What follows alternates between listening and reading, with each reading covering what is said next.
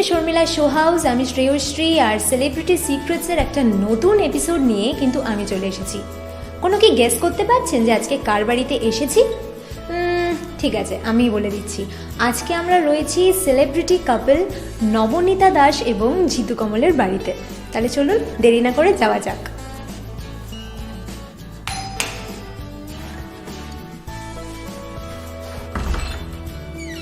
High, কেমন আছো বলো? খুব ভালো। ভালো আছো? তুমি কেমন আছো? চলছে, চলো। তো আজকে আমি একদম নব দম্পতির ফ্ল্যাটে এসে হাজির হয়েছি, আর ভীষণ সুন্দর ফ্ল্যাটটি, এত সুন্দর করে গোছানো। তো প্রথমেই আমি যেটা জিজ্ঞেস করবো, যে এত ব্যস্ত তুমি থাকো নবনীতাদি, তো তার মাঝে তুমি এত সুন্দর করে কি করে সব কিছু মেনটেন করেছো, বা এত সুন্দর করে কি করে গুছিয়েছো? দেখো, ও গোছানোটা এখন যদিও কমপ্লিট হয়নি পুরোটা, মানে অনেক কিছু ডেকোরেশন এখনো বাকি আছে। মানে আমরা দুজনেই ভীষণ, মানে তুমি যে দেখতে পাচ্ছ এরকম ছড়িয়ে থাকতে পছন্দ করি, সোফার থেকে বেটার আমার। তো আমাদের হ্যাঁ হ্যাঁ যে একটু কমফোর্টেবলি বসতে পারবো, তো সেই রকম ভাবে একটু সেরকম গোছাইনি। তবে ওই নিজের যেইটুকুনি পছন্দ টুকটুক করে এনে, মানে ধরো এই ছবিটা যখন বিয়েতে একটা খুব কাছের একজন গিফট করেছিল, তো নিজেদেরই ছবি, খুব পছন্দের কিছু জিনিস, আমাদের একসাথে অনেক ছবি, এইগুলো দিয়ে জাস্ট সাজিয়েছি। এখন অব্দি কিছু বাকি আছে। এই যে কালার কম্বিনেশন গুলো কে ঠিক করেছে, তুমি না? না, এইটা তো ও তো অনেক আগে থেকে থাকতো, 3 বছর হয়ে গেছে না? আমি আসার পরে কি চেঞ্জ করেছে কিছু?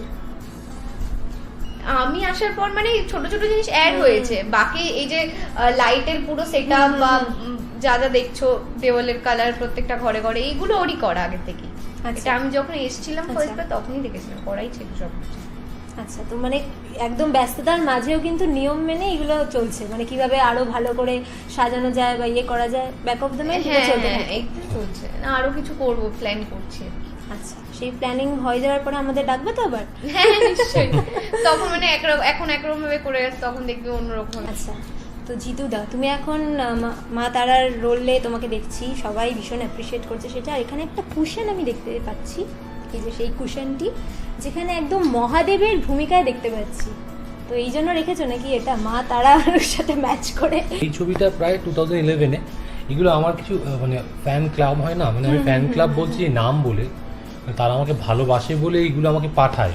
আমার জন্মদিনে হোক বা আমার কখনো কোনো নিউ ইয়ার হোক, তো এইগুলো পাঠাই। এই যে চাদরটায় বসে আছি, এটাও কিন্তু হাতের কাজে তৈরি করা, এটা একজন দেওয়া। আমার যেমন মা বাবার বাড়ি, যেখানে মানে পৈতৃক বাড়ি যেটাকে বলে, বেলগাছিয়া রয়েছে আমার সোদপুরে, সেইখানে প্রচুর গিফট দিয়ে সাজানো ঘরটা। তো সেখান থেকে এইগুলো মানে আমার ওই গিফটগুলো পাওয়া, ম্যাক্সিমাম জিনিস আমার তাদের কাছ থেকে পাওয়া, থ্যাঙ্কফুল আমি। আর মহাদেব প্রসঙ্গ যেটা বলি, যে মহাদেব আগে আমি করতেও ভালোবাসি, মানে অনেকেই বলে সাজলে ভালো লাগে, এই জন্য প্রত্যেক বছর করারও ইচ্ছে থাকে। তারপরে দেখলাম ও মা তারা করছে, তারপর থেকে আমার গলার সাউন্ড অনেক কমে গেছে। ওয়েট, কি সুন্দর এক্সপ্রেশন দিচ্ছে থেকে কোথায় চলে গেল। কুকুর আসতে আমার অবস্থাও হয়, কিন্তু সাউন্ড করতে পারি না, এমন করে শুয়ে থাকি, তাই জন্য গলার আওয়াজ কমে গেছে, অল্প কথা বলি এখন। আচ্ছা, এটা নিয়ে তুমি কি বলবে? মানে তুমি বলতে চাইছো যে আমি তোমার মানে বুকের উপরে পা তুলে দাঁড়িয়ে আছি? আমি বলতে চাইছি না, আদি অনন্তকাল ধরেই এই প্রতিমাই আমরা সামনে দেখে আসি। তো তুমি যদি মা তারার ভূমিকায় অভিনয় করো, এবং কোইন্সিডেন্টলি এবং ফর্চুনেটলি আমি শিবের ভূমিকায় অভিনয় করেছি, তো প্রথম ছবিটা কিন্তু প্রত্যেকের মনে আনকনসিয়াস মাইন্ডে কিন্তু প্রথমেই ওইটাই আসে, তাই আমি বলি। তা মা কালী তো শিবের বুকে পা তুলে দিয়েছিল, ঠিক কথা, কিন্তু শিব ঠাকুর আবার রেগে গেলে খুব ডেঞ্জারাস হয়ে যায়। তো তুমি কি রেগে যাও? এটা নবনীতা দি বলুক উত্তরটা। ওই যে জিভ বেরিয়ে। আচ্ছা আচ্ছা, জিভ বেরিয়ে গেলে তখন মাতার তো কমই কথা বলে, তুমি কি করে বলছো যে মেয়েরা বেশি কথা বলে? ইনডিরেক্টলি রেকর্ড হচ্ছে, আমি বলেছি এরকম কোনো কথা? ইনডিরেক্টলি আমি কি বললাম, ডিরেক্টলি একবার বলি। আমি তো ইনডিরেক্টলি বলেছি, তুমি ডিরেক্টলি আমাকে প্রশ্নটা করছো। আমি নরমাল বলছি, আমি ও তো জিভ বেরিয়ে আছে, সে কি করে কথা বলবে বেশি? তাহলে ভাবো কত ট্যালেন্ট, মা তারার থেকেও বেশি ট্যালেন্ট, জিভ বের করেও কথা বলতে পারো। একবার বলে দাও দেখি। পারো নাকি? সে ট্যালেন্টটা আছে সেটা জানি না, ও কি বলছে ওই জানে। ও ও তো লাগে সবসময় পিছনে লাগে, কিছু না কিছু বলে কিছু না কিছু করে, এটা অভ্যেস। আসলে টাইম পায় না একসাথে স্পেন্ড করার, একটু টাইম পেলেই তখন সেটাকে যতটা মজার বানানো যায়, তাই তো? কি তাই বলো কি? হবে প্রেম জমে ক্ষীর কিন্তু একদম ক্যামেরাতেই ধরা পড়ছে সেইটা কিন্তু। এখানে আমি দুটো ছোট ছোট পান্ডা দেখতে পাচ্ছি। এটা ওর প্রিয় জিনিস। পান্ডা, এটা আমার বাড়িতে অনেক আছে এরকম টেডি, এরকম। না এই যে মুখটা একদম কিউট কিউট, তুমি যখন দ্বীপ জেলে যাইতে প্রথম এসেছিল ওরকম ছোট্ট গুবলু টাইপের ছিলে, এখন একটু ওয়েট লুজ করেছো তাই না? না হ্যাঁ এটা বলা যেতে পারে, কারণ এই আর কি যোগা প্রাণায়াম সবই মানে ওই প্যান্ডার ওই মতো আর কি গুবলু গুবলু ছিলে। করিয়েছে এগুলো। তাই হ্যাঁ মানে ওই আর কি সকালে ওঠানো থেকে শুরু করে আমার কিছু নিয়ম, মানে আমি আমার গণ্ডির মধ্যে থাকতে ভালোবাসি। এবার সেই গণ্ডির মধ্যে যখন আমার স্ত্রী এসছে, আমি চাই আমার মতো করে যদি চলে, মানে এবার সেটা কখনোই আমি প্রভোগ করি না বা জোর করি না, এবং সেটা প্রত্যেক মানে যারা শোনে তারা বলে না ভালো অভ্যেস। আমি যেমন সকালবেলা উঠতে ভালোবাসি, সকালবেলা আমি যোগাটা করি, প্রাণায়াম করি, জিম করি, এবং এই বিজি স্কেডিউলের মধ্যে আমি এটাকেও মনে করি যে ওইটা না করলে নয়, ওটাকে করতেই হবে। তো আমার যোগা স্যার আছেন সকালবেলা, তো সেটা করতে করতে এখন দেখছি বেশ পাকাপোক্ত হয়ে গেছে। এখন তো মাথাটা নিচে দিয়ে পা উপরে করে দাঁড়াতে পারে। বাহ দারুণ তো। কিন্তু তুমিও তো বড়, আমাকে একজন বলছো ন্যাচারাল তো, আমি তো অভ্যস্ত। মানে তোমরা কি একসাথেই জিমে যাও? না ও জিমটা ও করে না এই কারণে, মানে জিমে যোগাটা করলে জিমটা করার প্রয়োজন হয় না। আমার একটু মোটাপা আছে, মানে মোটাপা মানে আমি যদি একটু খাই আমি খুব ফুডি, সঙ্গে সঙ্গে ফুলে যাই, এবং আমার চেহারাটা যেহেতু লম্বা আমাকে একটু জিমটা করে মেনটেন করবো। তো ওর মতো চেহারা পেলে বা এর মতো হাইট পেলে আমি সত্যিকারে নিজেকে খুব ধন্য মনে করতাম, কারণ ওদের বেশি কিছু করতে হয় না। যারা লম্বা মানে তাই এটা কি হয় সত্যি? না, তুমি মেনে নিচ্ছ এই বড় কথাটা? বড় ফ্ল্যাট হলে গোছগাছের একটা চাপ থেকে থাকে, ছোট ফ্ল্যাট ঠিক আছে এটা এখানে না না মেন ব্যাপার হলো বড় ফ্ল্যাট, এবার নিজের হাতে পুরোটা করবো, তার থেকে ভাই ওই ছোট জায়গায় এরকম সেটাই আমি ওই বললাম। কারণে নয়। আমিও খেতে খুব ভালোবাসি, কিন্তু মানে আমি জিমটা না খুব একটা যে পছন্দ করি না। যে অনেকে হয়তো সবাই বলে আমি জিম করি। আমি জিমে যাই কিন্তু নিজের কারণে, সেখানে গিয়ে তো আমি ম্যাট পেতে যোগাই করছি বা হালকা ওয়ার্ম আপ করে নিয়ে, আমি খুব একটা তোমার gym প্রিয় friendly। ডিশ কি? মানে আমি তোমার হয়ে একটা প্রশ্ন করি, হ্যাঁ শিওর। প্রিয় ডিশ? হঠাৎ আমি এইটা বলবো নিয়ে নিশ্চয়ই কোনো একটা গল্প করবো, কিছু একটা এটা হ্যাঁ, যেটা এরম বলো না, একে অপরকে জানাটা তো প্রয়োজন। আমি তোমার প্রিয় ডিশ আমি বলবো, মিলবে? কি আমার মাথার ঘন্ট। জানতাম তো এটাই উল্টোর মাথা খাওয়া, দেখো মুখে ছোট অবধি চলে এসেছিল, আমি জানি তো বলবে তো। এটা ছোট অবধি চলে এসেছিল, কারণ জানি যে তুমি এরকম কিছু বলবে। আমি যেটা এতক্ষণ থেকে বুঝলাম যে জিতুদা এবং নবনীতাদির সঙ্গে আড্ডা দেওয়ার জন্য কোনো অ্যাঙ্কারের প্রয়োজন নেই, একটা টপিক দিয়ে বসিয়ে দিতে হবে, স্পেশালি জিতুদা আছে, পুরো ব্যাপারটা করে নেবে, অ্যাঙ্কারের কাজও করে নেবে, কোয়েশ্চেনের দেওয়ারও কাজ করে নেবে, তাই তো? এখন কালে আর দিয়ে বসে আছে। সিঙ্গেল পেমেন্ট, অ্যাঙ্কার পেমেন্ট পাওয়া যাবে না। আচ্ছা এবারে আমার চোখ যাচ্ছে একটা গর্জাস ছবির দিকে নবনীতাদি। আমার মনে হচ্ছে এই ছবিটা দেখেই কি প্রেমে পড়েছিলে? না ছবি দেখেই প্রেমে পড়িনি, মানে আমি ছবি দেখে কখনোই প্রেমে মানে প্রেমিকা তো পড়েছো, এটা বলো তো। সুন্দরের প্রতি আকর্ষণ সবার থাকে, কিন্তু আমার সুন্দরের প্রতি প্রেমটা নেই, সুন্দর মানুষের প্রতি প্রেমটা। ও প্রচণ্ড ভালো একজন মানুষ, প্রচণ্ড ভালো, আমি অনেস্টলি বলছি। ক্যামেরার মধ্যে সামনে নয় বা স্ত্রী হিসেবে নয়, আমি সামনে পেছনে সবসময় বলি প্রচণ্ড ভালো একজন মানুষ, ভালো একজন রাঁধুনি হয়ে উঠেছে হঠাৎ। সে অসাধারণ মাছের প্রিপারেশন করে, মাছ রান্না করা খুব ডিফিকাল্ট, মানে নানা ধরনের মাছ। ও সমস্ত রান্না সমস্ত কিছু করতে ভালোবাসে, এবং বড়দের প্রচণ্ড সম্মান করে, ওর থেকে এগুলো শিক্ষণীয়। খুব ডাউন টু আর্থ একজন মানুষ। আমার ওই দেখেই আমার ওর সঙ্গে সম্পর্ক মানে ভালো লেগেছিল যে বিয়ে করা যেতে পারে।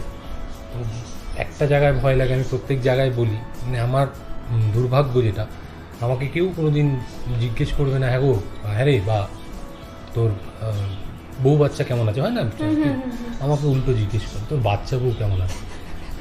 একটা প্রবলেমের জায়গা, বাকি হয়নি, এটা হলে নিশ্চয়ই জিজ্ঞেস করবে। হ্যাঁ ডেফিনেটলি আমি কিন্তু জিজ্ঞেস করবে ওইটাই, বাচ্চা বউ কেমন আছে।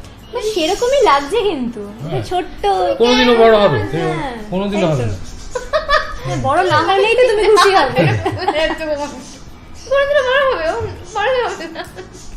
বড় হবে না। তো এই ছবিটা একদম দারুণ লাগছে, পুরো আমার দীপিকা পাড়ুকোনের মুখটা পুরো মনে পড়ছে, তার থেকেও রাদার ভীষণ সুন্দর লাগছে।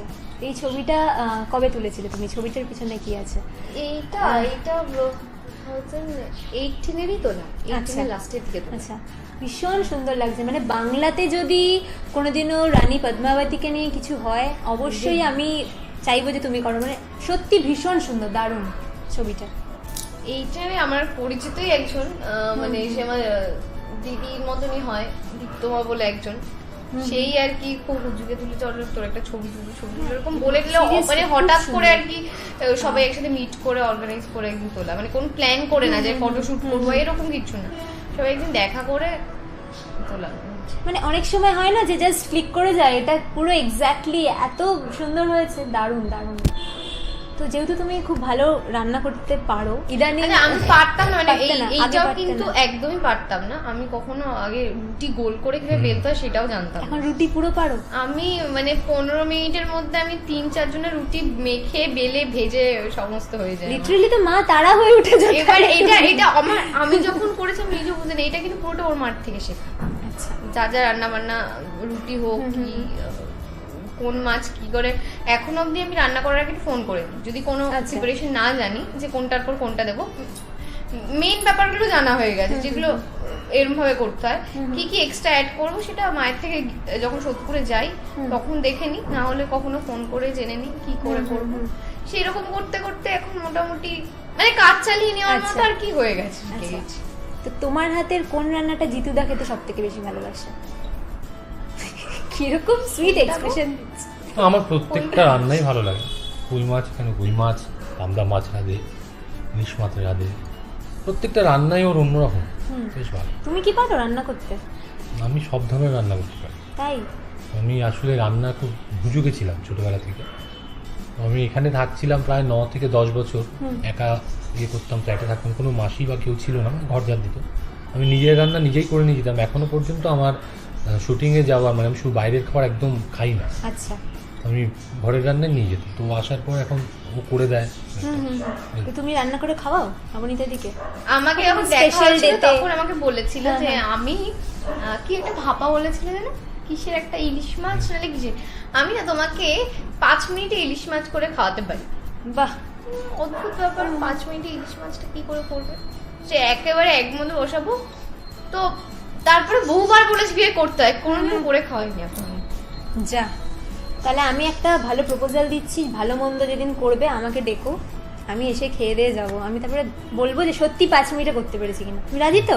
নাকি একদম ভাগ দেবে না? করবে তো হ্যাঁ, definitely। না, তোমাকে বলেছিল এক্সক্লুসিভলি খাওয়াবে, আমি দেখো, এখন ইলিশ শুনে মাছ 5 মিনিটে রান্না করা যায় ভাপা, এটা যে বিশ্বাস করেছে সে গবেট না আমি গবেট।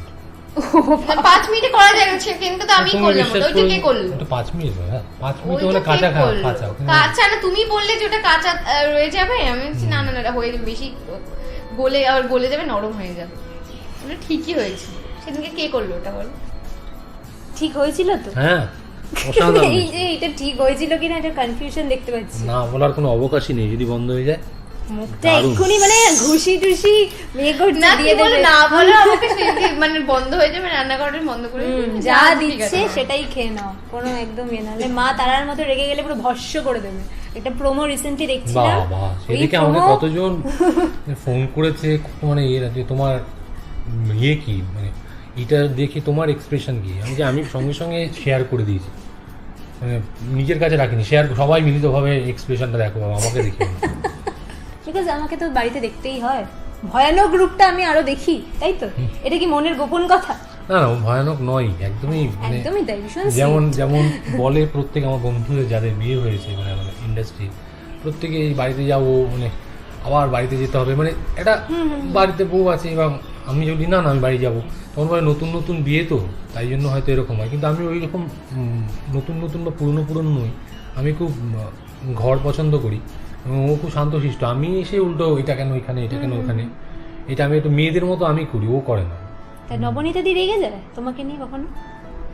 আমার সামনে রাগে না, আমি বেরিয়ে গেলে তখন রেগে যায়। মানে ওই- তুমি রাগটা কিরম করো? এক্সপ্রেসিভ রাগ করো না? না, ফোন আমি বেরিয়ে গেলাম তারপরে ফোনে।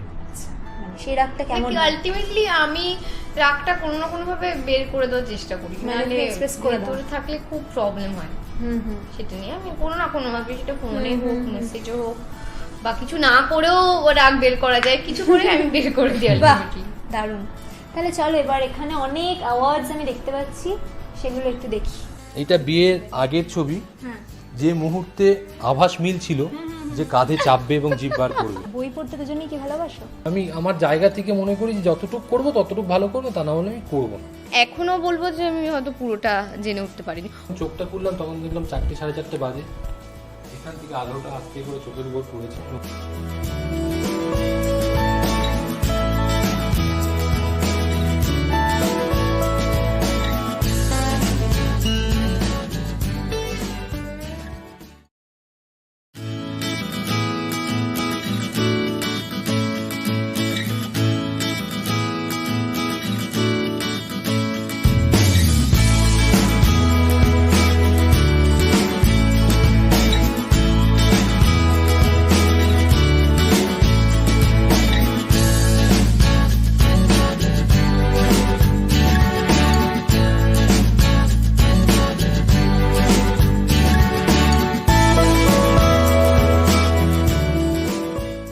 তো এখন আমি রয়েছি জিতুদা এবং নবনীতাদির বেডরুমে।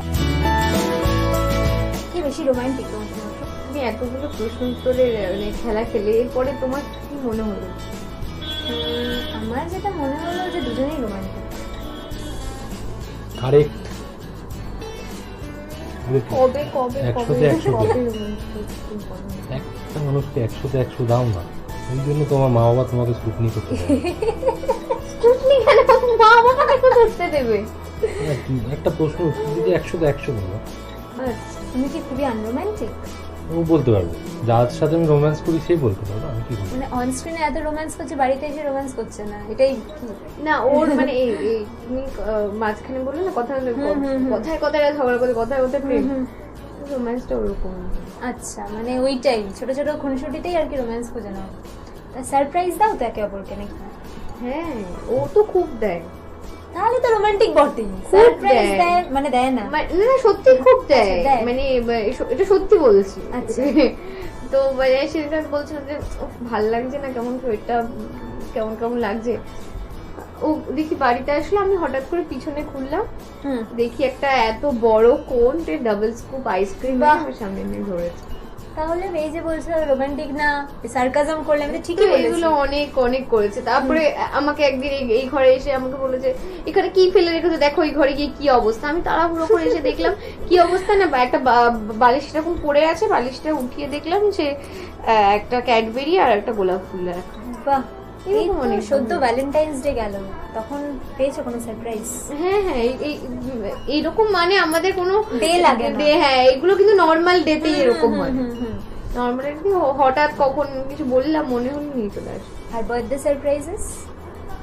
ও মানে এমন করেছে যেদিনকার এই বছরই তো বার্থডেতে আমি তখন ওর সেদিনকার ফিরতে অনেক রাত হয়েছে।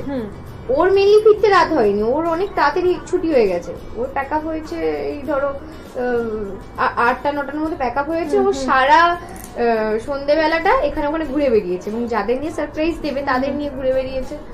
আমি ফোন করছি, বলছে হ্যাঁ শুটিং এ আছি, রাস্তার সিন হচ্ছে। আমি বলছি গাড়ি করে অত শুটিং কি করে? না রাস্তার সিন হচ্ছে গাড়িতে। ঠিক আছে হবে হয়তো সত্যি। 11:30 বেজে গেছে আসেনি। আমি খেয়ে টেয়ে মানে আমি ঘুমিয়ে পড়বো, আমি প্রায় ঘুমোতে চলে গেছি। তখন ও এসে বললো যে মানে বেল বাজালো, নিচে বললো যে তাড়াতাড়ি ধরো বা এতগুলো জিনিস এনেছি, অনেক কিছু জিনিস কিনে এনেছে। আমি ওপরে আসলাম, ওপরে এসে আমাকে বললো যে এই দাঁড়া ধরে এসো তো এই ঘরে, ও দেখো ওখানে কি করে এসছো। আমি ওই ঘরে এসে এখানে একটা ব্যালকনি আছে, ব্যালকনিতে গিয়ে দেখি আমার দাদা ওর বন্ধু বান্ধব তারা সবাই মিলে ও করে কেক টেক নিয়ে এসে ওই মানে বেলুন ফেলুন নিয়ে এসে, আমি তো পুরো অবাক। তখন 12টা বাজে, ঠিক ওই টাইমেই এসছে। এবার কখন ওদের ঘরে ঢোকালে আমি বুঝতেই পারিনি, চিটিং করে কিভাবে কখন করেছে। আমি তখন ওয়াশরুমে গেছি, ফ্রেশ হয়ে ঘুমোতে যাবো। আমাকে বললো দেখো দেখো ব্যালকনিতে কি রেখে এসছো। আমি তাড়াহুড়ো করে গেলাম, ঠিক ব্যালকনিতে ও করে ওরা সবাই বেরিয়ে আসে। তো এগুলো চলতেই থাকে। আর তুমি সারপ্রাইজ পাও কি? এই যে পাচ্ছি কি এই বলছে মনে আছে তোমার এত কিছু, এটাই তো আমি সারপ্রাইজড। এত মনে রাখো তুমি? তুমি এত কিছু করলে আর মনে রাখবে না কি? প্রত্যেকে যাদের কথা বললো আমি তাদেরকে আগে থ্যাংক ইউ বলি। মানে ওর ভাই, দাদা, আমার বন্ধুরা যারা ছিল তারা প্রায় 8টা থেকে 11:30 পর্যন্ত ছাদে মশার কামড় খেয়ে বসে বসে প্রত্যেকে মশা মারছে। সবাইকে লুকিয়ে রেখেছিল হ্যাঁ, ছাদে। আমি তো জানি না, এবার আমার এবার দাদা ওর আসার হাতে কথা আমি ছিল। মালগুলো দিয়ে ওকে রান্নাঘরে পাঠিয়েছি। ওই রান্নাঘরে যাবে এবং ঘোরার ওইটুখানি টাইমের মধ্যে আমি প্রত্যেককে ঢুকে প্রায় 8-9 জনকে ঢুকে আমি এখানে ঢুকি এবং তারাও পা টিপে ঢুকে এটাকে খুলে বন্ধ করে দেয়, এই জায়গাটার মধ্যে লুকিয়েছি। তো এই যে আমি দেখলাম যে তোমরা ঝগড়া করছো, তোমাদের প্রেম জমে কি একে অপরকে কতটা চিনেছো, তাই জন্য আমার কাছে একটা গেম আছে, কম্প্যাটিবিলিটি টেস্ট। ঠিক আছে, এখানে অনেকগুলো চিটস আছে, একটা একটা করে তুলবে। কোয়েশ্চেন যেটা আছে তোমাকে বলতে হবে জিতুদার ব্যাপারে, জিতুদাকে বলতে হবে নবনীতাদির ব্যাপারে, দুজনকেই উত্তর দিতে হবে। সেম প্রশ্ন একবার ওকে করা হবে, একবার এই আমাকে করা হবে। দেখো দেখো না, বলো, জোরে বলো কি আছে লেখা। Ideal date. আইডিয়াল ডেটের যে ধারণাটা সেটা নবনীতাদির কি, আর তুমি বলবে যে জিতুদার কাছে কি একটা আইডিয়াল ডেট কেমন হওয়া উচিত। ও প্রচন্ড পরিমাণ ঘুরতে যেতে ভালোবাসে। ডেট মানে কি? আহ! উফ, এবার সত্যি রেগে যাচ্ছে। তোমার মতো করে বলতে বলছো আমাকে, দাঁড়াও আমি আমার মতো করে বলি। আইডিয়াল ডেট হচ্ছে একটা ডেটে সান্দাকফু থেকে আরম্ভ করে সুইজারল্যান্ড সমস্তটা এক জায়গায় ঘুরে আসবে, সেটা হচ্ছে ওর ডেট। সবটা একবারে প্ল্যান করে ফেলবে, এটা হচ্ছে ওর ডেট। ঠিক বলেছে। একটা ডেটের মধ্যে মানে একদিনের মধ্যে পুরোটা? আরে ডেটে যাওয়া, সেটা খেতে যাওয়া হোক বা কাছাকাছি কোথাও ঘুরতে যাওয়া হোক, সিনেমা দেখতে যাওয়া, সেটাও একটা ডেট। আমি তোমারটা বলি, তোমার ধারণা হচ্ছে একদিনে চলে যাবো আমি সান্দাকফু, সেখান না, থেকে একদিনে কন্যাকুমারী, কেন? সেখান থেকে গুজরাট, সেখান থেকে কলকাতা। মানে ভুল বলেছে। একদিনে না, না আমি সত্যি ঘুরতে যেতে খুব ভালোবাসি, এই জিনিসটা একদম ঠিক বলছে। মানে প্ল্যানিংটা করে ফেলো আর কি, যে একদিনে আমি এত কিছু আমি করবো। আমি প্ল্যানিং করতেও খুব ভালোবাসি, ওইটা আচ্ছা। আমার দারুণ লাগে জিনিস করতে, মানে খুব সুন্দর, লিখবো, এটা দারুণ করে। কি করবো আমি নাই যাই, আমার এত ভালো লাগে তো প্ল্যানিং ভালো লাগে। করতে। সেটাই বলেছে আর কি, মানে ঠিকই বলেছে। অসাধারণ। আমার প্ল্যানিং করতে দারুণ লাগে। এবার তুমি বলো। ওর একদিন ছুটির দিনে সারাদিন মানে সকালবেলা উঠলো, জোগাড় করলো, এটাই আইডিয়াল ডেট ওর কাছে। আচ্ছা, বাড়িতে একদম থেকে homely। লাঞ্চ ফাঞ্চ করে একটু হালকা হালকা ঝিমোতে ঝিমোতে সিনেমাটা দেখা, ওই ঠিক ওইখানেই বসে সিনেমাটা দেখা, এবং কিছু লাগলে নিজে না উঠে আমাকে পাঠানো বারবার। ওইটা একটু একটু ঝিমোনো, সন্ধেবেলা হয়তো বাইরে কোথাও গেল, আবার এসে সন্ধেবেলা বাড়িতে বসে আমরা হয়তো গানের রেওয়াজ করছি, এই করছি, বই পড়ছি, গল্প করছি, এটাই আচ্ছা। পুরো ফুল ডেটটাই ওর কাছে একটা আইডিয়াল ডেট। মানে তুমি খুব খাটাও, তার মানে এটা বলে দিয়েছে, কিন্তু একদম ফাঁকতে অন ক্যামেরা বলে দিয়েছে যে খুব খাটাও তুমি। হাঁটা আমাকে আমি বলিনি, তুমি বলেছো বলে। আমাকে আবার জিজ্ঞেস করছো? না, আমি জানি না। আচ্ছা, নেক্সট সিট যাওয়া যাক। নেক্সট সিটে আমি তো হ্যাঁ তোলো একজন। আগেরটা কোথায়?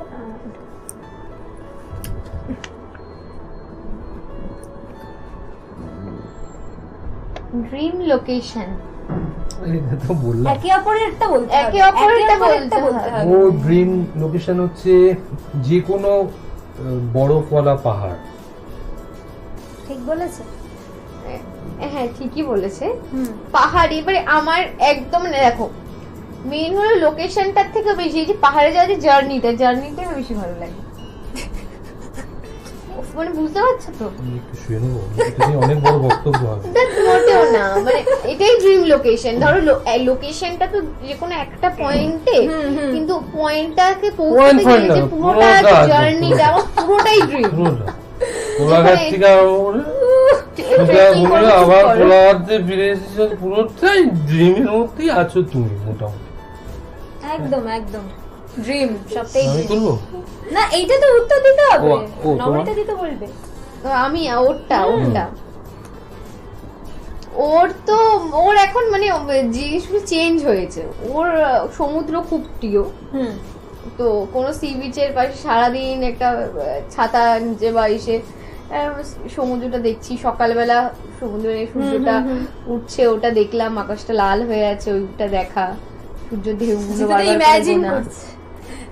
হ্যাঁ ওর এগুলো ভালো লাগে। এবার এবারে ঠিক না ভুল বলতে পারবো তো? অবশ্যই। কখন বলবো সেটা বুঝতে পারছি। তুমি আসলে ডেটটা এত বড় বলেছো, ইন্সপায়ার করে দিয়েছো, লোকেশনটাতে যেন এত বড় উঠতে পারছো। ভুল বলছি, আমার সমুদ্র নয়, মানুষের চাহিদা পাল্টায়। ওর সাথে তারপরে আমি তো বলতে গেলাম যে ওর আবার এটা এখন চেঞ্জ হচ্ছে, বলতে সমুদ্র ভালো লাগতো। এনজয় কি হয়েছে? হ্যাঁ এখন তো মানে ও আর আস্তে আস্তে কিন্তু পাহাড়ের দিকে শিফট করে যাচ্ছে। আচ্ছা আচ্ছা, মানে তোমার এখন এফেক্টটা আস্তে আস্তে আস্তে কিন্তু আস্তে পাহাড়ের দিকে শিফট বলতো করে যাচ্ছে। ঠিক না বল তো এখন শিপ মানে কি সমুদ্র ভালো লাগতো না, পাহাড়ে আমি যেতে ভয় পেতাম, আমার অ্যাস্টেমা আছে বলে ভয় পেতাম, সেই ভয়টা কেটেছে আমার শুটিংয়ে গিয়ে এবং ওর সাথে পরে গিয়ে। তো যখন বিয়ে হয়ে যাওয়ার পর থেকে আমার পাল্টেছে, মানে ফেভারিট ডেস্টিনেশন, ড্রিম ডেস্টিনেশন আমি ওর কাছে থাকতেই ভালো লাগে। ওই জন্য শুটিংয়ের শেষে আমি বাড়ি ফিরে আসি, চিৎকার করি, কিন্তু ওর সাথেই থাকি। বাহ, এটা আমার ডেস্টিনেশন, মানে এটা বুঝতে পারি ডেস্টিনেশন হচ্ছে এটা। বাহ, এটা দারুণ ব্যাপার, এই কম্প্যাটিবিলিটি টেস্ট জমে খিস। নেক্সট সিটে যাই। Favourite cuisine. একে অপরেরটা বলতে হবে, নিজেদেরটা বলে ফেলো না। না এবারে এক এক সময় দেখো বাইরে গেলে এক এক রকম হয়, ঘরে থাকলে এক এক রকম হয়। বাঙালি বাঙালি করে না পছন্দ। মানে রমণীতা দি না, বাঙালি খাবার বাইরে পছন্দ করে। বাইরে গেলে কিন্তু আবার ও আচ্ছা ও আমারটা বলতে আমি না বারবার নিজেরটা ভাবছি, ওর এটা সেটাই, ভুলে যাচ্ছে। সেটাই। আমার থেকে বেরোতে পারছে না। না এটা আগেরটা ঠিক ছিল, আমি তোমারটা বলেছি, কিন্তু আমি বারবার প্রথমে ওই ওর চাইনিজ। আচ্ছা ঠিক। হ্যাঁ বাইরে ওটা বেটার, বাইরে খেতে গেলে ওইটা খেতে। ওর ও তো ওটা বলেই দিল আগে, ওর বাঙালি খাবার একদম। চলো নেক্সটটা দেখো কি আছে।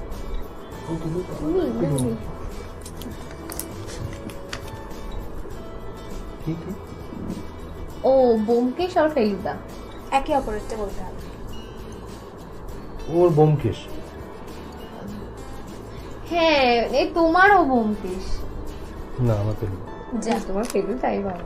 যা, এটা ভুল বলে তুমি ফেলেছি। এটা নিয়ে অতটা মানে ওর এই জায়গাটা নিয়ে আমি খুব একটা কম জানি, আচ্ছা আচ্ছা, কিন্তু ঠিক আছে। ও আমার এটা জানে হয়তো, তাই জন্য বলে দিল। ওর Your favorite actor or actress? And actor. বাহ, কোয়েশ্চেন শুনেই হাসছে। ওরটা বলবো? হ্যাঁ ওর ফেভারিট অ্যাক্ট্রেস হচ্ছে আমার মা, আচ্ছা, আর ফেভারিট অ্যাক্টর হচ্ছে আমার বাবা। সেটার পিছনে কি রহস্য আছে? মা যখন ঝগড়া হয় কি সুন্দর অভিনয় করে আমার সাথে আমার মা। আমার বাবা যে এই মৌন একটা একটা মৌন যে অভিনয় হয়, সেই সুন্দর কি সুন্দর অভিনয় করে তারা। তার জন্য জোরে হেসে উঠলাম প্রশ্নটা আমার পেয়ে। মনে হয় যে আমার দেখা, আমি ওই জন্য কোনো যাদের ওয়ার্কশপ করে, মানে আমি প্রচুর ওয়ার্কশপ হয়, আমি যেতে পারি না, আমি আমার বাড়ি চলে যাই, যে এত সুন্দর অভিনয়ের একটা নিদর্শন আমি দেখতে পাই আমার মার মধ্যে এবং আমার বাবার মধ্যে, এবং দুজনের মধ্যে যে বোঝাপড়া, কে কখন ছাড়বে কে কখন ধরবে, কোনো কথা ওভারল্যাপ হয় না, কখনো টেল ড্রপ হয় না। অসাধারণ অসাধারণ ভেরিয়েশন। দারুণ দারুণ। তোমার? আর জিতুদারটা বলে দাও। ওর ওর হলো আমার মা। বাহ, সবাই বেশ মা বাবাকে নিয়ে ভালোই আছে, হ্যাঁ। সোনার সংসার একদম। না, না, না। Constant। হবি, ফেভারিট হবি কি তোমার? এখন ফেভারিট হবি হচ্ছে কি করে আমাকে বিরক্ত করা যায়, কি করে বেশি বেশি কথা বলা যায়, একটা কথাকে কি করে টেনে টেনে রাবারের মতো বড় করা যায়, এবং কি করে আমার এগেনস্টে কথা বলা যায়। ফেভারিট হবি আমারটা বলো। এটা কি ঠিক বললো? এটা তো জানতে হবে আগে। এবার ওই ওর হবিটা, ওর যে হবিগুলো সেইগুলো বুঝলে বুঝতে পারবে যে মানে ও ঠিক বললো কিনা। ওর হলো কোথায় কি ভুল করেছি আগে এটা বলা, এটা হলো সব থেকে বড় হবি। মানে যেখানে গিয়ে হোক, সেটা বাড়িতে থেকে হোক বা কোথাও ঘুরতে গিয়ে হোক, কোথায় আমার তরফ থেকে একটা ভুল হয়েছে, সেটা এবার সংশোধন করার জন্য হোক কি বলার জন্য হোক, যেই কারণে হোক, ওইটাকে খুঁজে বের করা। এক্সপ্রেশন দারুণ এক্সপ্রেশন। একদম ওইটা আগে ঠিক, খুঁজে বের একদম করা। ঠিক, এটাই হলো একদম hobby। ঠিক। এর জন্য পুরস্কার তোমার পরে চিকুট। আমি মনে হয় না থাকলেও হতো এখানে, দুজনকে বসিয়ে দিলেই ফেভারিট হয়ে যেত। Celebrity couple. এখনো হাসি। বলে দাও বলে দাও, বলবো? হ্যাঁ বলে দাও, জানি তো তুমি তোমারটা? বলবে। তো হ্যাঁ। এই কোথায় কোথায় বলবে? এটা কোথা থেকে কোথায় চলে গেল তোর? সরি, এটা একটু কেটে দেবে। এটা তোমার ফেভারিট কাপল? কোথায় চলে গেলে তুমি? আমি তো কাঁদে না বাবা, কাঁদে না বাবা, আমি অন্যায় করেছি। আমি ফেভারিট কাপল কি তোমার? মারপিট শুরু হয়ে গেছে এখানে। তবে হচ্ছে আমরা দুজন ওর কাছে এখন এই মুহূর্তে। তাই ঠিক কি না বল? দুজনেরই ফেভারিট হ্যাঁ? কাপল নিজেরা। কি তোমারও তাই? তোমারও তাই? হ্যাঁ হ্যাঁ হ্যাঁ অ্যাঙ্কারের কাছে আমি বলবো হ্যাঁ অবশ্যই, আমি আমার কাজ ছেড়ে দিয়েছি অনেকক্ষণ আগেই। Street food, favourite street food হ্যাঁ। তোমার কি? আমাকে জিজ্ঞেস করছো কেন? আরে আমার ওর এখন ফেভারিট স্ট্রিট ফুড হচ্ছে তোমার ও ফুচকা খেতে ভালোবাসে না, না, ভালো। ও রাস্তার চাউমিন খেতে ভালোবাসে, যেগুলো হয় না এই সরু সরু চাউমিনগুলো, ওইগুলো খেতেও ভালোবাসে। কিন্তু তুমি খেতে দাও না এখন, সেটা একটা ব্যাপার আছে। খেতে থাকি আমি প্রায় গত 10 বছরে মনে হয় না খেয়েছি। যা। ফেভারিট কি করে হলো? মানে ফেভারিট, আচ্ছা লোকের যদি ফেভারিট ডেস্টিনেশন একটা জায়গা হয় তার মানে তো গল্পটা সে যায়নি ও আচ্ছা আচ্ছা, ঠিক ঠিক ঠিক, তার মানে ঠিক, আমারটা বল, আমারটা বল। ওর বোধহয় ওর এগ রোল, মানে চিকেন রোল আর কি। আচ্ছা ভুল রোল। ভুল, যা। বাড়ির খাবার স্ট্রিটে গিয়ে খাওয়া সেটাই আমার ফেভারিট স্ট্রিট ফুড। হ্যাঁ, এটা ঘুরিয়ে বললে এভাবে হবে না। স্ট্রিট ফুড মানে স্ট্রিট ফুড, আমি পছন্দই করি না। এই ক্যাটাগরি জিনিস ওই ক্যাটাগরি স্ট্রিট ফুড পছন্দই করি। আরে আমি না খেলে ভালো জিনিস ফেভারিট তো করে। আরে লোক হয় না, পাশের লোকটা রয়েছে, বউ রয়েছে, খাবে, হ্যাঁ খাবো চলো, কি ভালো রান্না করছে, ভেতরে আমার কি রিয়াকশন হয় যেন, এইগুলো খাচ্ছে, ছি, আমার পেট ব্যথা করবে, আমার সকালবেলা যোগা করলাম, আমি এই করলাম, আমি ওই করলাম, এগুলো খেয়ে খুব ভালো গো খেতে। জিজ্ঞেস করো খাওয়ার পর আমি কতবার কেন এটা না খাওয়া ভুল হলো, বাথরুমে গিয়ে তেমন করি, তুমি কেন করলাম এটা, আমার ভালো লাগে না, আমার বাড়ির খাবার ভালো লাগে, সে বাড়িতেও ওই রোল টোল বানায় সেটা আমার ভালো লাগে, রাস্তার খাবার ভালো লাগে না। মানে কারণটা হচ্ছে আমি সারাদিন ধরে আমি চেহারা নিয়ে ভাবলাম, খাওয়া নিয়ে ভাবলাম, এবং আমার গ্যাসের প্রবলেম আছে, ওই প্রবলেমটা হয়তো, কারণ খাওয়া তো এইটুখানি, মানে হচ্ছে জিভের যতটুকু, তারপরে তো ভেতরে গিয়ে আর কোনো টেস্ট নেই, টেস্ট যতটুকু থাকে, তো ওই প্রথমে একটু মিষ্টি নিতে গিয়ে তারপরে যে এতটা টেস্ট হতে হবে, ওটা আমার পছন্দ নয়। তাই ভালো খাবো, সুস্থ থাকবো। নেক্সট সিটে চলে গেছে। আর নিয়ম নিচ্ছে সিজন। আচ্ছা সিজন এইটা বলো তো। এটা তোমার কি হবে, তোমার এটা বলো। উইন্টার সিজনই হবে, শীতকালটা তুমি পছন্দ করো এটা কি পুরোপুরি গ্যাসের উপর দিয়ে দিলে? না, মানে ওর নিজে লক্ষ্যে না, আমি ওকে উইন্টারটা পছন্দ না। যা। আমার স্প্রিং, বর্ষা ভালো। বর্ষা, অসময় বর্ষা পছন্দ। আমারটা আমার তোমার তো গরমকাল পছন্দ। আমার মহাকাল পছন্দ। গরমকাল মানে ওর শিবের গরমকাল ভক্ত আমি পছন্দ। মহা- বলো শিবের গরমকাল পছন্দ। আমি শিবের ভক্ত, আমি মহাকাল পছন্দ। বলো না এবার আরে মহাকাল। আমাদের ভারতবর্ষের গ্রীষ্মকালই মহাকাল, মহা হবে আমাদের উপর কাল প্রয়োগ করবে, আসছে। আমার গরমকাল পছন্দ। কি প্রশ্ন করলে, এটা কি? ইলিশ না চিংড়ি, ফেলে দিলাম ইলিশ, দুজনেরই। হ্যাঁ একদম, ছিঁড়ে দিয়েছি চিংড়ি। দুজনেই তো বাঙাল। বাহ, কোনো হ্যাঁ। মানে ঘটির সিন নেই। এটা কি? বলিউড ক্রাশ। তোমার হচ্ছে ছেলেটার নাম আয়ুষ্মান, আর অট্টরের জায়গা নেই। ও তো মাঝে মাঝে Anyone? সন্ধ্যে সকালে চেঞ্জ হয়। একটু সেখানে তাই বলতে বলিউড ক্রাশ হচ্ছে ওই নামটা মনে পড়ছে না, ও কিন্তু জানে মানে কোনটা মাথায় হ্যাঁ। আছে কিন্তু বলতেই পারছি না যে যে হাউস দ্য জোশ, আরে হাউস দ্য জোশ, আচ্ছা ভিকি কৌশল। তুই নাম বলতে পারছো না বাবা। আরে আমি তো স্ট্রেট, আমি ছেলেদের নাম মনে রাখতে পারি না বাবা। আমারটা বল। তাহলে তোমার ফেভারিট অ্যাক্টরদের নাম কি করে মনে করে রাখতে পারো? ও মনে করতে হয় তাই করি, আমি রাখি না। মনে হচ্ছে নিজেকে বেশি ভালোবাসি। বলো আমারটা বলো। বলিউড ক্রাশ আমি ডেফিনেট বললাম, পারবে না। ওরে বাবা, অমিতাভ বচ্চন। ক্রাশ নয়, ওটা আমার ভালো লাগার জায়গা। ক্রাশ মানে হচ্ছে মানে যাকে পেলে একটা চুমু খেতে ইচ্ছে করে। ওরে বাবা, তারপরে তুমি মনে হয় যে পাশে বসে থাকতে ওই পারবে। জন্যই তো ক্রাশ জানে না, চ্যালেঞ্জ করলাম ও পারবে না, কোনোদিন বলিনি। আচ্ছা, আরেকটা সিক্রেট বেরিয়ে এলো। ঠিক আছে, আমি বলে দিচ্ছি, কে? কাজু। হ্যাঁ জানি এটা, ও জানি এটা, বলনি তো কোনোদিন। আমি জানি। খারাপ লাগে সারা তোমার? ইনস্টাগ্রামে এরকম কত আমি ছবিগুলো লাইক কাজলের দাও। সব ছবিতে লাইক দিই। হ্যাঁ তাই এটা জানি না, আমি বলো। বড় করে দেখি, হ্যাঁ করে জানি তো। দেখি। এই রিসেন্টলি একটা গুজব শুনলাম, অজয় দেবগানের সাথে কাজলের ঝামেলা। আমি আশাবাদছি। আরে আশাবাদ দিয়ে কি প্রবলেম আছে ভাই? আশায় মরে চাষা, জানো তো? রাইট মরে তো রাইট। মরে তো মানে কি? আরে মাও তো মরছে, আরে ভাই অসা নিয়ে মরছে তো। হয়ে গেছে তো, মানে আমাদের প্লেট শেষ, আমাদের খাওয়া শেষ, এবার ঝগড়া কত চলবে। চিরকুটে আমরা করেছি। আমি চাই টানা 7 দিন আমি আমার ফ্ল্যাটে থাকবো, আমাকে একটা কালার চুজ করো। ওর অ্যাকাউন্টে হ্যাক করার ইচ্ছা আছে। ঝগড়া হলে কে আগে মানাতে যায়? ব্যাপারটা কবে এমনি হয়েছে ঘটেছে, বলো? রাস্তা দিয়ে যাচ্ছিলাম হঠাৎ দিয়ে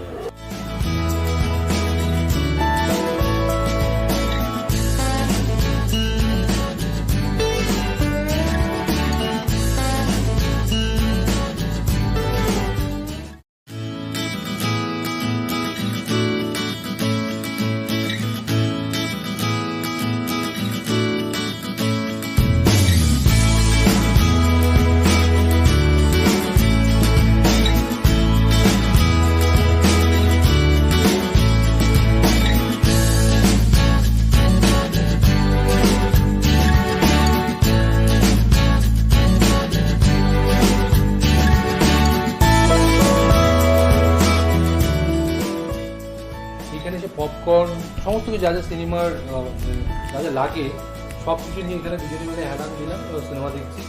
সিনেমা দেখতে দেখতে সিনেমাটা শেষ হলো, আমরা উঠলাম, উঠে ফ্রেশ হলাম, ফ্রেশ হয়ে বেডরুমে গেলাম। এমনটা হয় না। মানে এখানে সিনেমা দেখতে দেখতে যখন চোখটা খুললাম তখন দেখলাম 4টে 4:30 বাজে।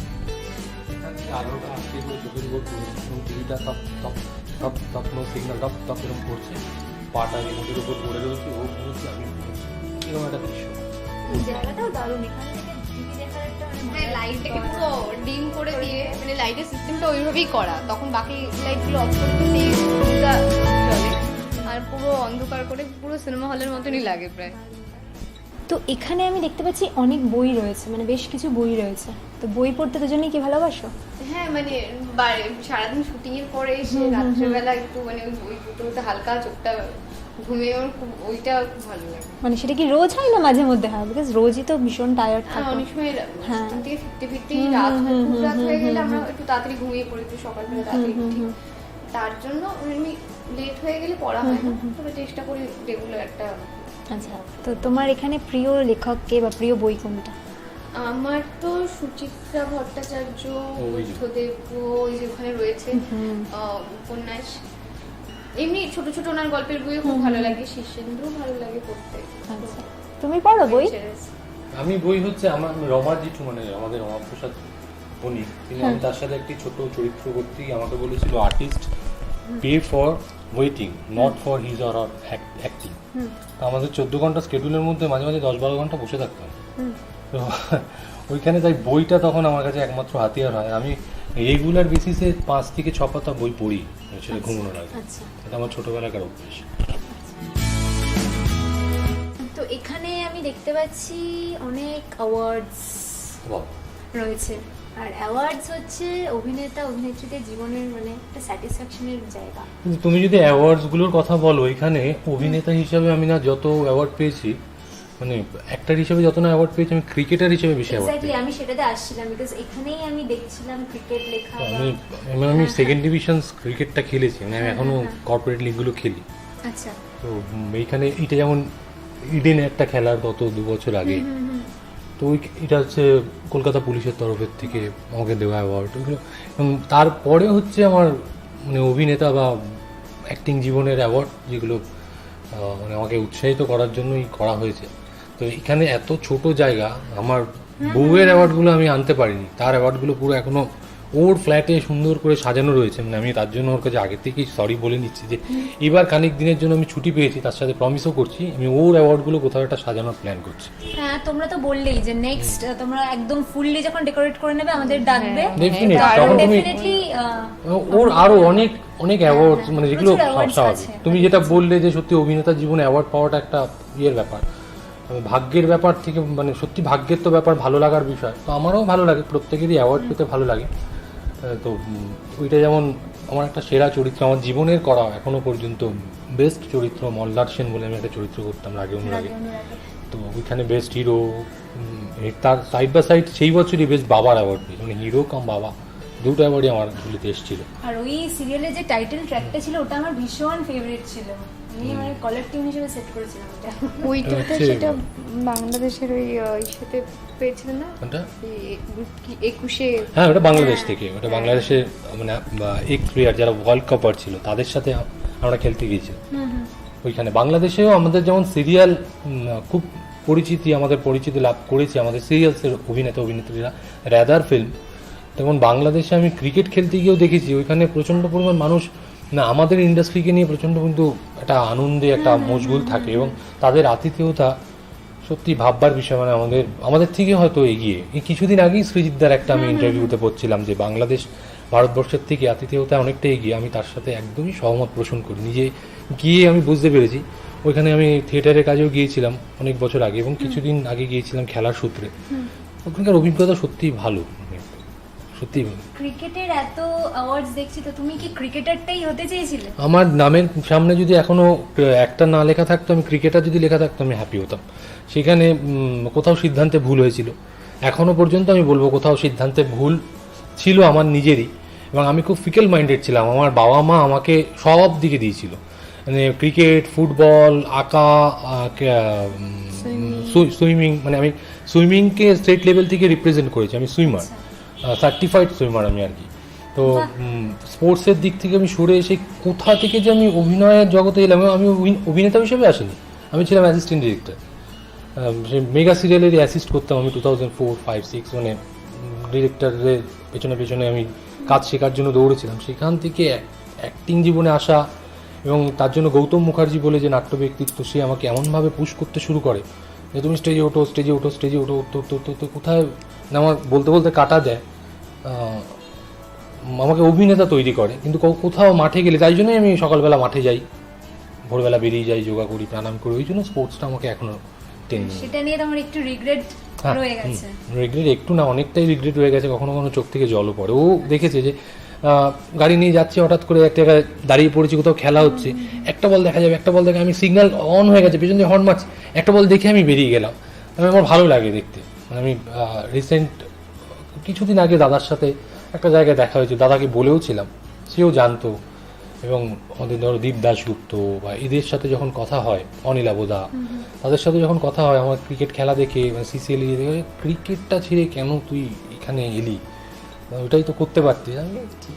কেন তখন না আমি আরেকটা জিনিস বলি, রিগ্রেট করার প্রথম কারণ হচ্ছে ওই আমি যে সময়, মানে আমরা যে সময় খেলেছিলাম, আজ থেকে তো পুরো 15-20 বছর আগে প্র্যাকটিস করতাম, সেই সময় এই 2020 ক্রিকেট, মানে শর্ট টার্ম ক্রিকেটটা ছিল না।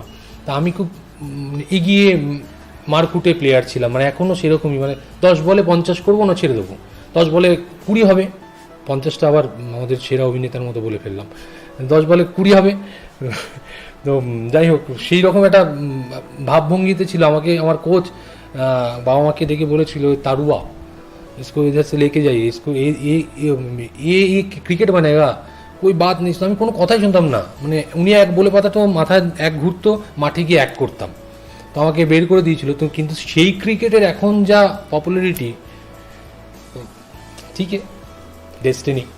বাট আমি আমার অ্যাক্টিং জীবনে যা পেয়েছি তার জন্য কিন্তু আমি ধন্য, সেটাও আমি ভাবতে পারিনি।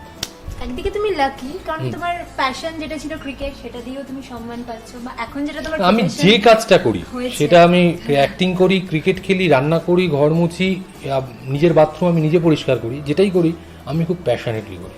আমি এটা মনে করি এটাই আমার একমাত্র রসদ, এটাই আমাকে এগিয়ে নিয়ে যাবে। 50-50 করে কাজ করলাম, এইখানে হাফ দিলাম, এখানে হাফ দিলাম না, আমি না করে দেবো। সেখানে আমার প্রডিউসারও জানে যে কোনো দিন মানে ওর মনে হলো যে এই সিনে ওর কিছু করণীয় নেই বা ভালো লাগছে না, আমি কিন্তু কুতকুত করতেই থাকবো, বুঝতে পেরে যাবে কিছু করার চেষ্টা করবে প্রডিউসার বা ডিরেক্টর, তার পরের দিন হয়তো ভালো সিনস পাঠাবে। আমি আমার জায়গা থেকে মনে করি যে যতটুকু করবো ততটুকু ভালো করবো, তা না হলে আমি করবো না। এখানে আমি অনেক শোপিস দেখতে পাচ্ছি, স্পেশালি এই যে বুদ্ধর যে শোপিসটা, এটা তুমি কোথা থেকে এনেছিলে? ভীষণ সুন্দর। এটা আমার বিয়ের গিফট, আচ্ছা আচ্ছা। আমাকে বিয়েতে গিফট করেছিল আমাদের, ওই যে ফ্ল্যাটের, মানে আমাদের ফ্ল্যাটের একজন গিফট করেছিল। বাহ, খুব সুন্দর। আর এখানে আবার একটা ক্রিকেটের ক্যাপ দেখতে, এটা হচ্ছে ইন্ডিয়ান ক্যাপ, এটা অরিজিনাল ইন্ডিয়ান ক্যাপ, মানে ইন্ডিয়ান প্লেয়াররা পরে, মানে আমি যত্ন করে আমাকে একজন দিয়েছিল, আমি বলছি না, ক্রিকেটারই দিয়েছিল। সে মানে ওই ড্রেসিং রুমের যে ক্যাপ আসে তাদের কাছে, বাহ। সেখান থেকে আমাকে গিফট পাঠিয়েছিল কুরিয়ার করে প্রায় 4-5 বছর আগে। ক্যাপটা আমার যত্ন করে রাখে। বাহ, আজকে সত্যি সেলিব্রিটি সিক্রেটসে এসে কিন্তু আমরা জিতুদাকে একদম অন্যভাবে পেলাম, একটা অন্য রূপ দেখলাম, যেটা জেনারেলি আমরা দেখি না, বিকজ ইন্টারাকশনালি সিনেমা ফিল্ম এইভাবেই কথা বলি। আর এই সেলিব্রিটি সিক্রেটসে কিন্তু এই যে একটা মানুষ বা একটা সেলিব্রিটিকে যেভাবে দেখি তার অপর দিকটা তুলে ধরা যায়, তো সেটা খুবই আরেকটা ভালো। সিক্রেট আমি আজকে শেয়ার করছি, আমার গাড়ির ডিগ্গিতে সব সময় ক্রিকেট কিট থাকে, বাহ, ইভেন এখনও রয়েছে ক্রিকেট কিট। যারা আমার বন্ধু বান্ধব তারা জানে, আমার মনে হয় ওটা আমার একটা অস্ত্র, মানে আমার ভালো লাগে ওটা নিয়ে ঘুরতেও ভালো লাগে, কোথাও খেলার সুযোগ হলে ডেফিনেটলি যাই, খেলি। ঠিক, এবার আমি একটু নবনীতা দিদির কাছে যাচ্ছি। এই যে জিতুদা এত কথা বললো আর ভীষণ ফ্ললেসলি মানে স্ট্রেট ফরওয়ার্ড হয়ে বলে দিল রিগ্রেটের কথা, তো এটা একটা মানুষের বড় গুণ। তোমার জিতুদার মধ্যে কোন কোয়ালিটিটা সব থেকে ভালো লাগে?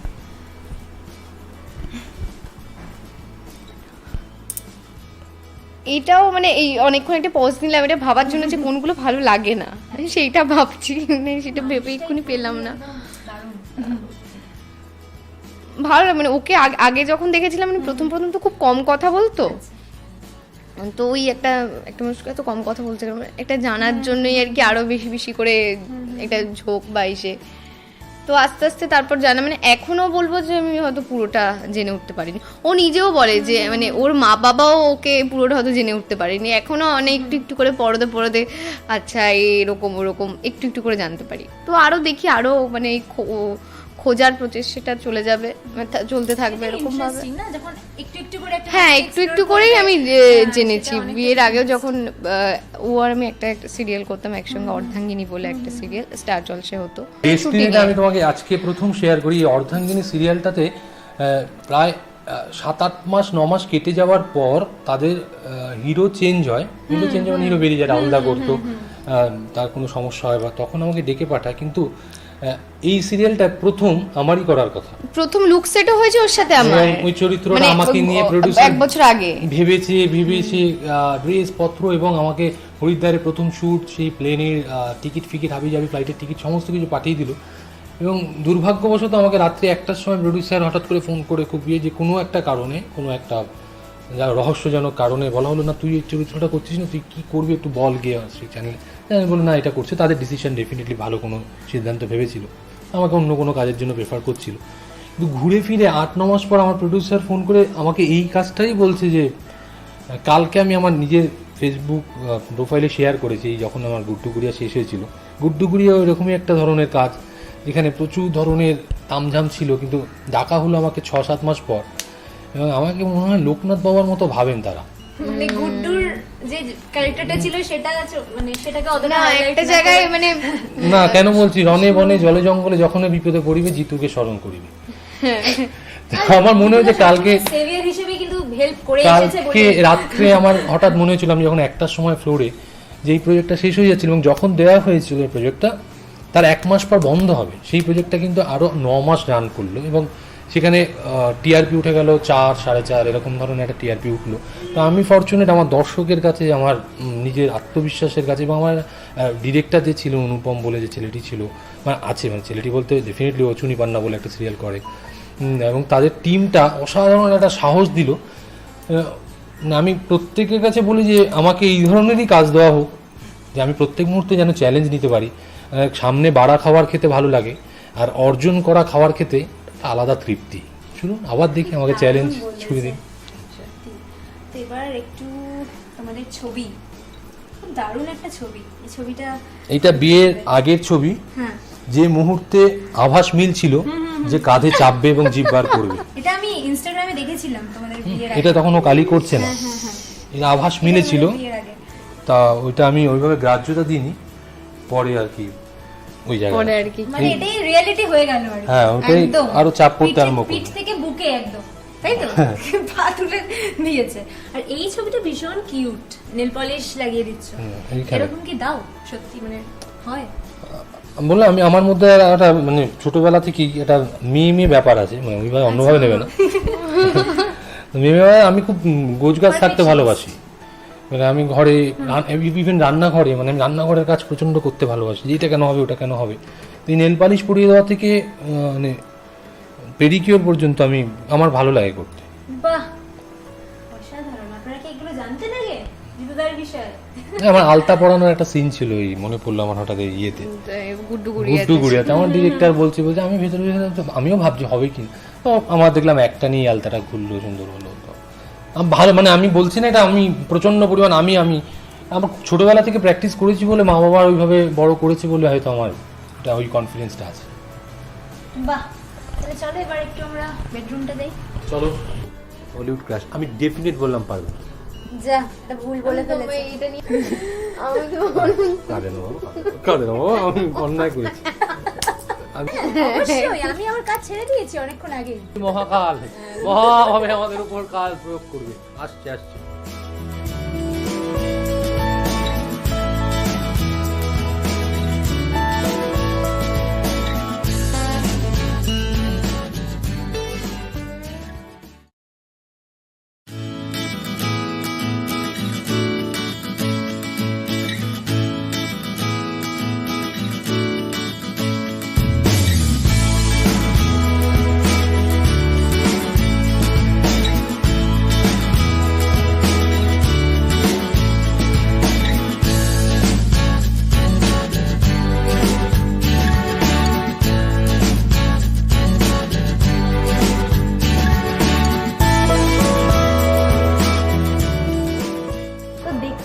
আমি একদম এখন খোলা আকাশের নিচে আছি, সুন্দর হাওয়া দিচ্ছে, একদম রোমান্টিক ওয়েদার, আর সাথে পেয়ে গেছি জিতুদা এবং নবনীতা দিকে। তো প্রথমেই যেটা করবো, সুন্দর একটা গেম দিয়ে স্টার্ট করবো। এই গেমটা খেলবো সেটা কিন্তু খুব ইন্টারেস্টিং, মানে তোমাদের ছোটবেলায় একদম ফিরিয়ে নিয়ে যাবো। সেই পিং পং খেলতাম না ছোটবেলায়, এরম আমি খেলেছি, মানে লেডিস গার্লস স্কুলে খুব এগুলো হয়, এরকম একটা তো একদম নস্টালজিয়াতে তোমাদের ফিরিয়ে নিয়ে যাচ্ছি। একটা কালার চুজ করো। রেড। RED নাম্বার একটা নিতে হবে। 6। লেটস সি 6 এ কি আছে। যদি কারো টুইটার অ্যাকাউন্ট হ্যাক করার চান্স পাও, তাহলে কার টুইটার অ্যাকাউন্ট হ্যাক করতে চাই এবং কেন? প্রথমত কথা বলবো, আমি টুইটার করি না, টুইটারে নেই আমি। আচ্ছা। আর সেকেন্ডলি, যদি আমি থাকি তাহলে ওর অ্যাকাউন্টটা হ্যাক করার ইচ্ছা আছে। মানে তুমি এমন কিছু করে রেখেছো সিক্রেট? আমি জানি না, মানে টুইটারেও কি টুইট করে এটা সম্বন্ধে খুব একটা জানি না, তো আমি দেখতে চাই যে কি টুইট করে আর কি। ওকে, সো নেক্সট ব্ল্যাক। দেখা যাক ব্ল্যাকে কি আছে। এতগুলো নাম্বারস আছে, কোন নাম্বার নেবে? 1। প্রথমেই 1 এ দেখি কি আছে আমাদের জন্য। 1 এ হচ্ছে কনফেশন, এমন একটা কনফেশন যেটা এখনো একে অপরকে করেনি। দুজনেই উত্তর দিতে হবে এটা। এই তো ওর প্রশ্ন, দুজনকেই বলতে হবে এটা। কনফেশন হচ্ছে প্রায় তো 9 মাস হয়ে গেল বিয়েতে, তো আমি ওকে এটা বলিনি যে হ্যাক করাটা উচিত নয়, hack is a illegal thing, hack করুন, আমি হ্যাক করতে পছন্দ করি। রাইট টু এটা প্রাইভেসি। এটা এটা এটা কনফেশনের টুল, এটা কোনো কনফেশনই নয়। এটা তো তুমি একটা জিনিস বললে, একটা কথার পরিপ্রেক্ষিতে এটা বললে, এটা তো ওরকম না যে তুমি এতদিন বলোনি, আমি এটা না বললে তুমি তো বলতেই পারতে আমি না। আগের এটা প্রশ্নটা তোমার পেলে একটা আমি কথা। বলতে পারতাম যে হ্যাক আমি করবো না, এটা আমি কনফেশন হ্যাক করবো না। না, এটা কনফেশন নয়, কোনো একটা কনফেশন। আমার এটা উত্তর দেওয়া হয়ে গেল। Playing save. এখানে ঝগড়া করে যাচ্ছে, মানে প্রচুর ঝগড়া টগড়া হয়। ঝগড়া না হলে সম্পর্ক হয় না। বাহ, দারুণ। তো নেক্সট এতগুলো নাম্বার আছে, 1 হয়ে গেছে, 6 হয়ে গেছে। 4। লেটস সি পরে কি আছে। পরে হচ্ছে টিল নাও যে চরিত্রে অভিনয় করেছো প্রিয় কোনটা? মানে আমার হুম এখন অবধি মানে যেটা আমার প্রথম কাজ দীপ জেলে যায়, দিয়া ক্যারেক্টার, ওটাই আমার সব থেকে ফেভারিট এখনো পর্যন্ত। মানে আমিও দেখেছি, অসাধারণ, দারুণ রিয়ার চরিত্র। আর তার জন্য ব্যাডমিন্টন শিখতে হয়েছিল তো তোমার? হ্যাঁ, প্রথম কয়েক মাস। দারুণ। 1 হলো, 6 হলো, 4 হলো। 10 নেই না, 8 অবধি আছে, বিকজ এখানে 8। Very easy. Favourite holiday destination? আমার ফ্ল্যাট, এবং নো ফোন কলস, কোনো ধরনের ফোন কলস আমি এক্সপেক্ট করবো না। আমার ফ্ল্যাটে, আমার রুমে, এটা হচ্ছে আমার favourite holiday destination. Because holiday destination বলছি কারণ খুব কম সময় আমি ওইখানটা কাটাই। মানুষ তার ঘুরতে যাওয়ার জায়গাগুলোতে খুব কম সময় যায় বছরে, আমিও খুব বছরে কম সময় কম ঘন্টা ওইখানে কাটাই। তো আমি চাই টানা 7 দিন আমি আমার ফ্ল্যাটে থাকবো, আমাকে খেতে দেওয়া হবে, আমি স্নান করবো, বেরোবো, ঢুকবো, আবার ঘুমিয়ে পড়বো। এটা হচ্ছে আমার ফেভারিট হলিডে ডেস্টিনেশন। হ্যাঁ চলো নেক্সট বাই বাই। কে বেশি ঝগড়া করে?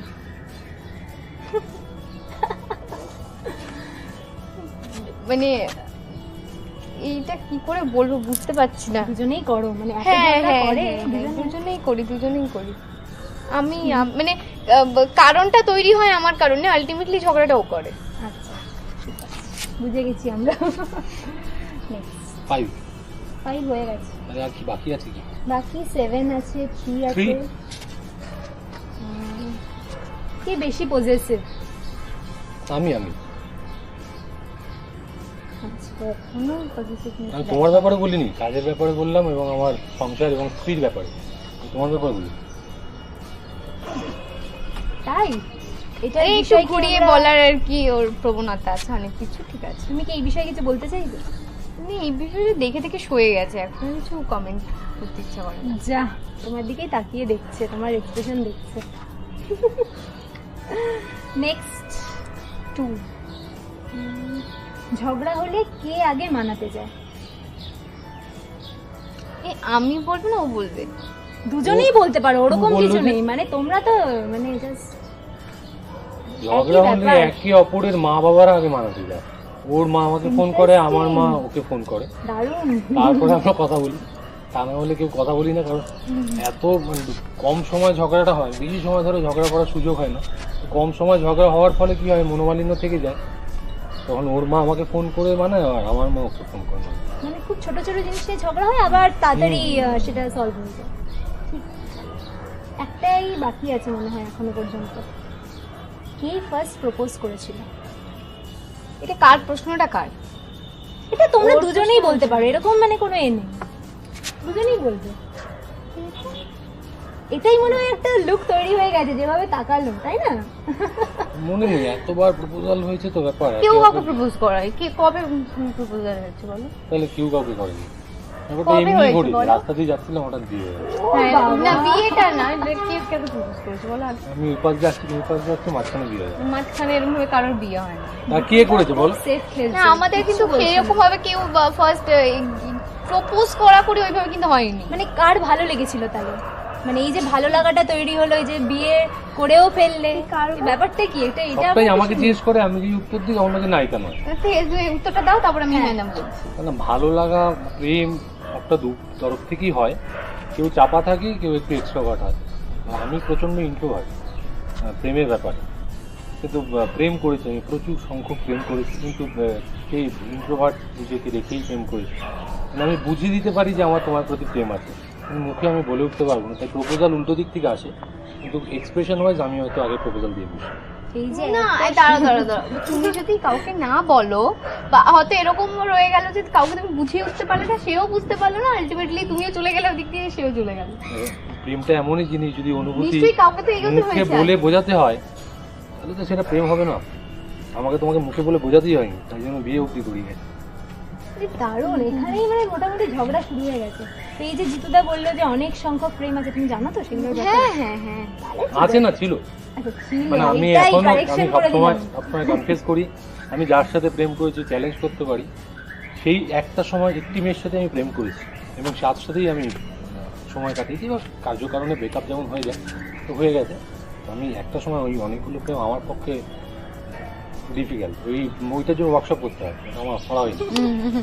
প্রত্যেকটা কিন্তু মানে দর্শকের কথা ভেবে। তাহলে আমাদের দর্শকদের তোমরা কি গিফট দিচ্ছ বলো? সিম্পল একটা এসে ওই লাল পাহাড়ির দেশে যা, রাঙা মাটির দেশে যা, লাল পাহাড়ির দেশে যা, রাঙা মাটির দেশে যা,